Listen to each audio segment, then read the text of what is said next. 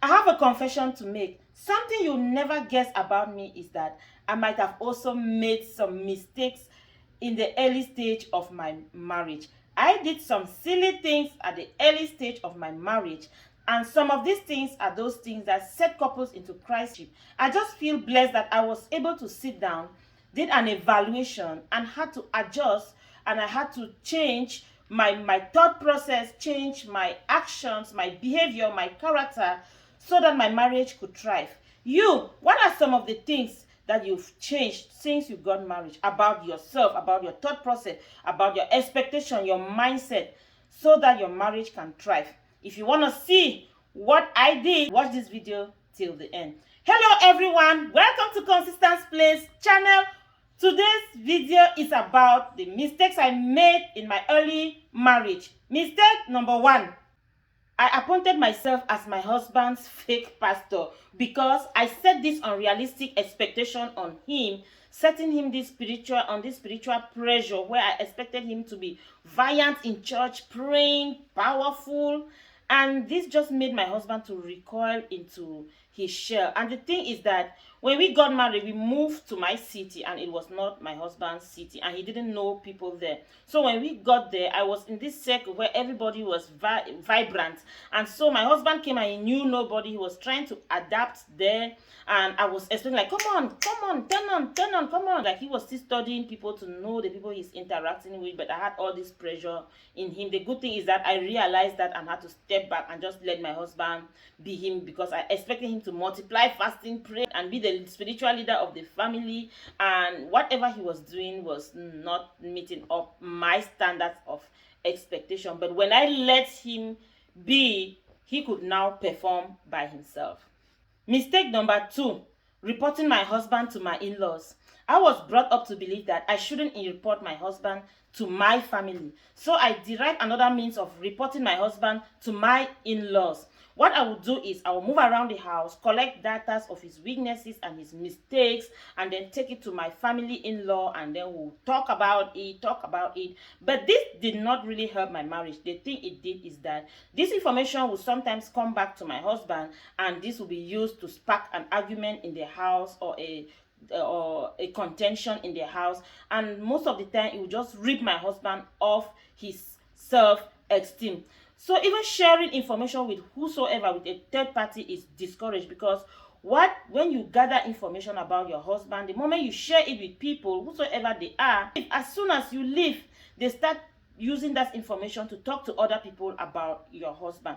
And even when you have a mentor, be careful when you share sensitive information about your marriage with a mentor and they don't give you effective ways of handling that information. I mean, when you know it, when you are sharing your sensitive information with someone and they are receiving it like that, like, oh, I've gotten what I'm gonna be doing my commerce and my gossip business with, and they don't share with you any effective way of handling that issue. You need to be careful. You need to discontinue that association, discontinue that club, discontinue that friendship. So when you have a mentor, they are always there to listen and guide you on how to handle issues, and they always keep your issues confidential.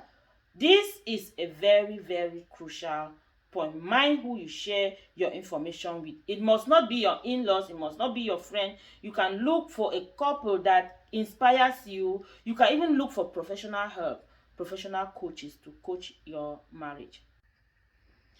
Mistake number three: I really don't want to admit this, but I got married with the illusion that I was a disciplined mistress.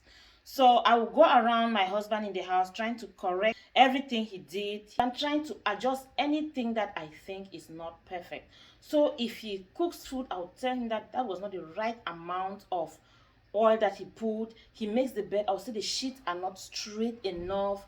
Like, if he does something, I always have something to correct. I don't know, what did I think? I was a teacher, or he came for a training? I have no clue what was in my mind. I really don't know, but people, I did that house.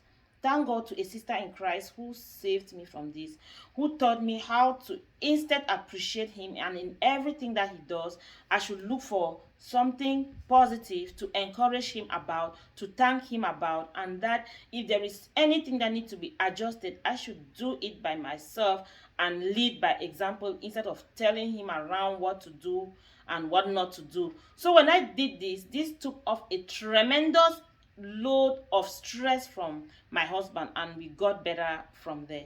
Mistake number 4, I was not intentional in my appearance. I mean, we came brought up in this culture that when you are in the house, you have to look for one old, rejected, ready to put in the trash dress you have to use to stay at home and just look shabby. I mean, you think that you only need to look good when you are going out, or when you are, have somewhere special to go. And I did not learn this lesson from my mom though. My mom would dress up and would be like, "Mom, where are you going?" And she will ask us that, "Do you think somebody else's house deserves my good looks and my house does not?" My mom would just dress up and go to the living room and sit on the couch and just sit and just be looking through the window. We thought that was funny, that was weird from my mom. But then when I got married, someone else drew my attention that you don't have to always wear all ragged clothes in the house. They were not all ragged, like make a difference. You have one uniform that you wear in the kitchen every day.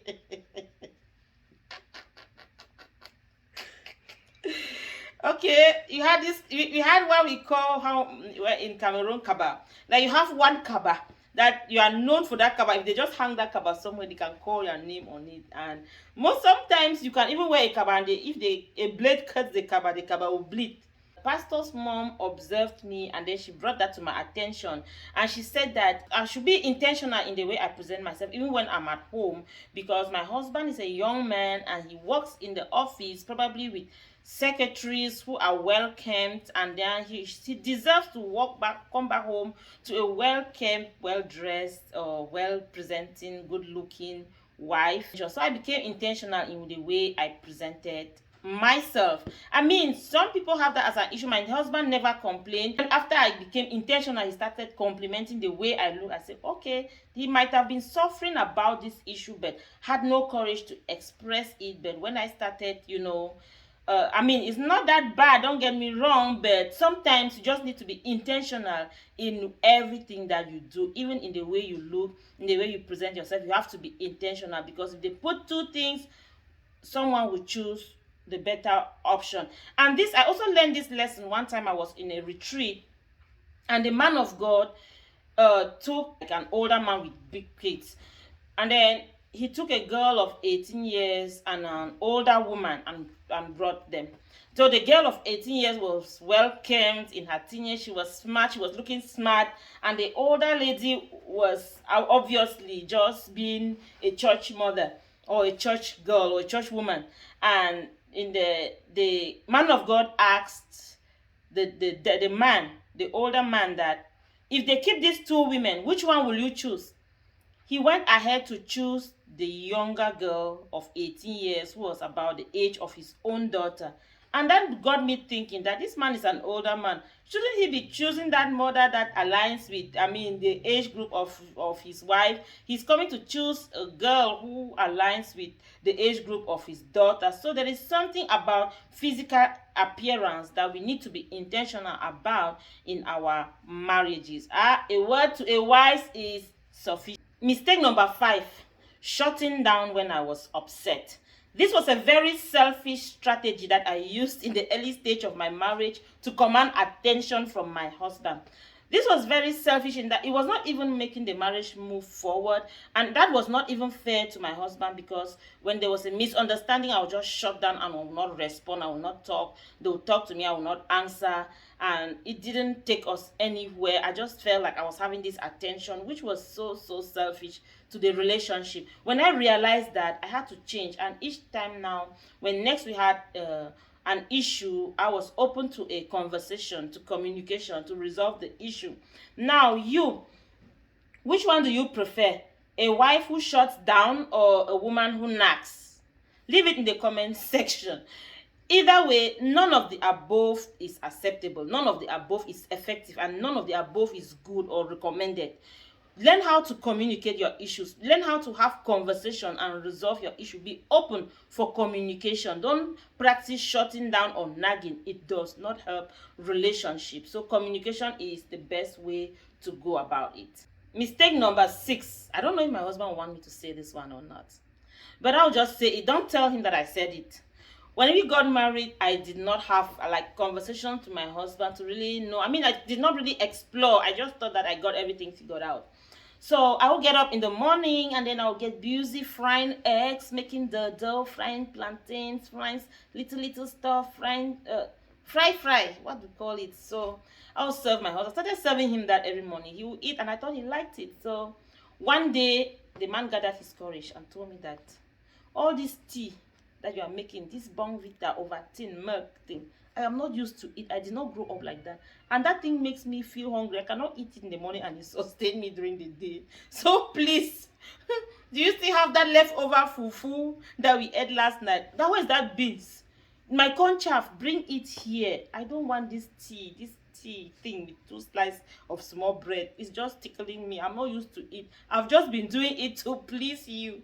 So right now, so I was like, what? So now, not like my husband doesn't like those things. I mean, once in a while is good, but like a habit, that was not him. You know, back home then, men were very hardworking, and I don't expect to get up in the morning and give someone a cup of tea and then a slice of bread and then expect them to trek for 2 hours or go and clear a farm. Here now in the US, I think that is practical.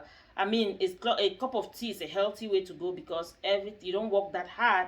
But back then, I did not have that communication. I thought that I was living a Western standard of life, and my husband did not really want that. So I had to change that to start cooking. That's why you see me cooking a lot. African food is in my hands now, and I check this channel for more recipes. My husband is the one setting me to cook because he likes his traditional food.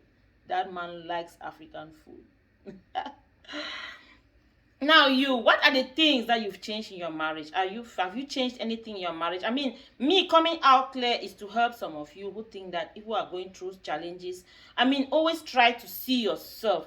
It shouldn't always be about changing the other person. When you change yourself, you are going to experience tremendous change from the other person. While I did this to myself, it changed my husband a lot. I myself saw him, the things that I thought that he was doing wrong, I myself saw how those things changed without me talking.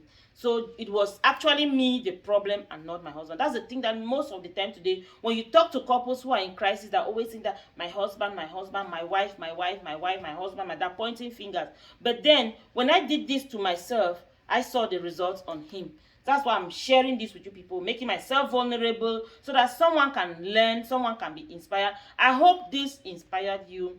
And if it did, tell me which point resonates with you. Tell me which point inspired you the most. And tell me which point gave you a lesson. What did you learn? I mean, what did you even think about the whole video? Thank you so much for watching. And if you have not subscribed to Consistence Place channel, please do subscribe to this channel.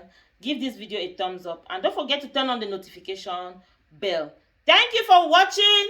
Until then, see you in our next video.